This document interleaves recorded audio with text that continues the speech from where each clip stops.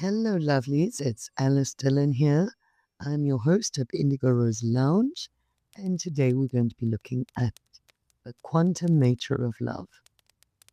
Yeah, big one and really simple at the same time. So, love is the force that holds the atoms together. It is the attractive force. Sometimes in quantum physics, it's called the strong magnetism and the weak magnetism. There's the same thing. Love is the force that holds the atoms together. And decay then is a lack of love. Does that make sense? So if love is the force that holds atoms together and binds things together, then it is lack of love that causes decay. And there will always be with two entities, two things, there will always be a fluctuation in the attraction between them. Something I heard recently on a podcast, which I thought was a magnificent breakthrough, was how repulsion was actually love at rest. So instead of repelling each other out of opposition, rather that the opposite of the attraction of the magnetic force would be the resting state of the magnetic force. And I thought that was fascinating because in the annals of romance and love and understanding dynamics between two people, we understand that healthy love relationships have moments of intense intimacy, followed by moments of rest and individualization. The healthiest relationships are those where two people come together and share intimate moments and then go away from each other and go and experience life and have their own journeys and then come back together again after a period of rest from each other's intimacy, from each other's closeness, and bring new life into that relationship. I mention this because in all layers of art, whether it's understanding the world through quantum physics or understanding the world through observation, you can be excused for thinking that it's pointless to discuss sciencey things. In this day and age, the white coats have really lost a lot of credibility with just about everybody. There was the age of the science says is really over. So I'm not discussing this from the perspective of provable theory that could be stood up in court and substantiate.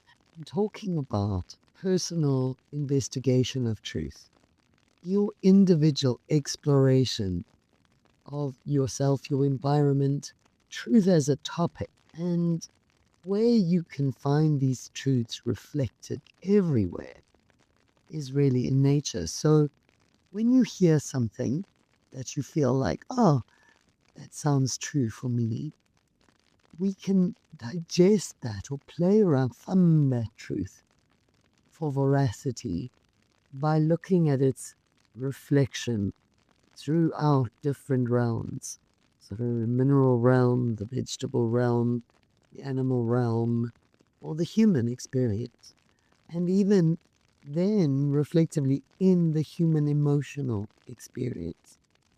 So this idea of magnetism and relaxation and re-magnetism, re-attraction, and then love being the attractive force between atoms is something we can really play around with in our observation of humanity and see if it holds veracity.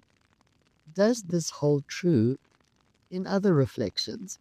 Are there other circumstances where we can see that love really is the binding force between atoms?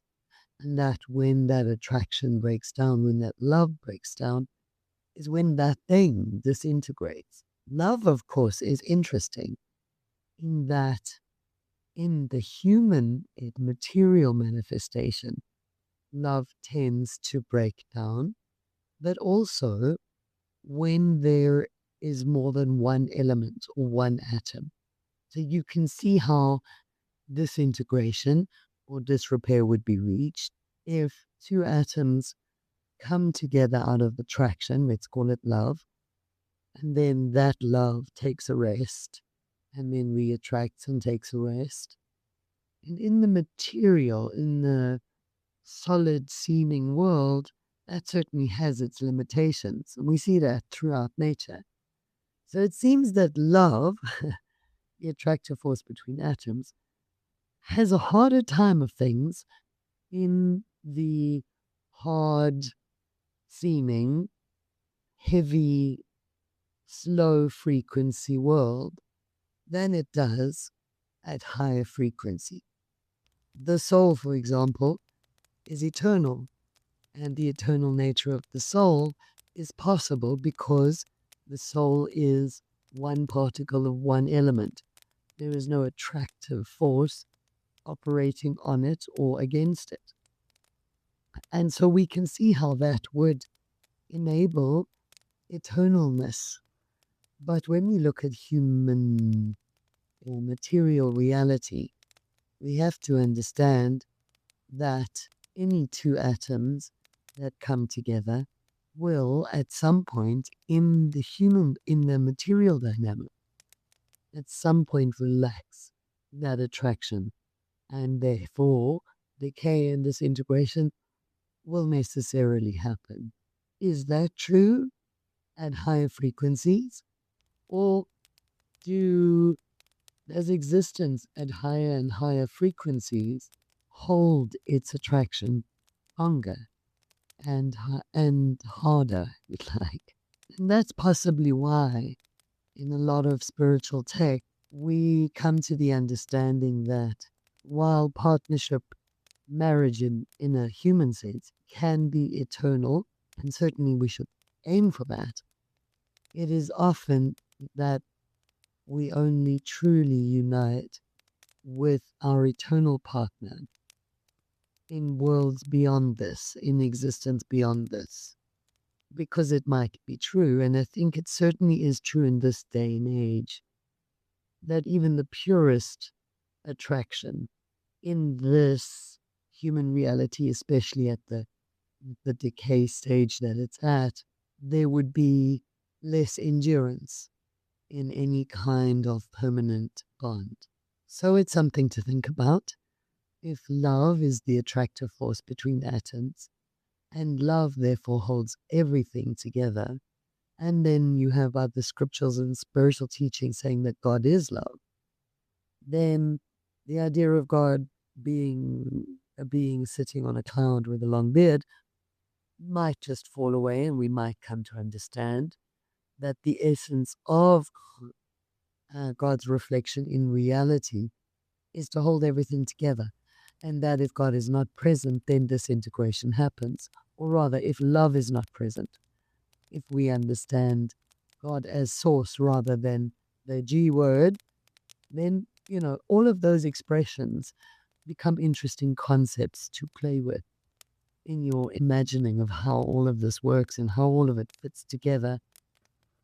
And if you find a truth for yourself, you can always test its veracity in how far it reflects, in what other applications of this truth you can find, and how far this analogy, if you're using one, can be extrapolated or how far it can shift.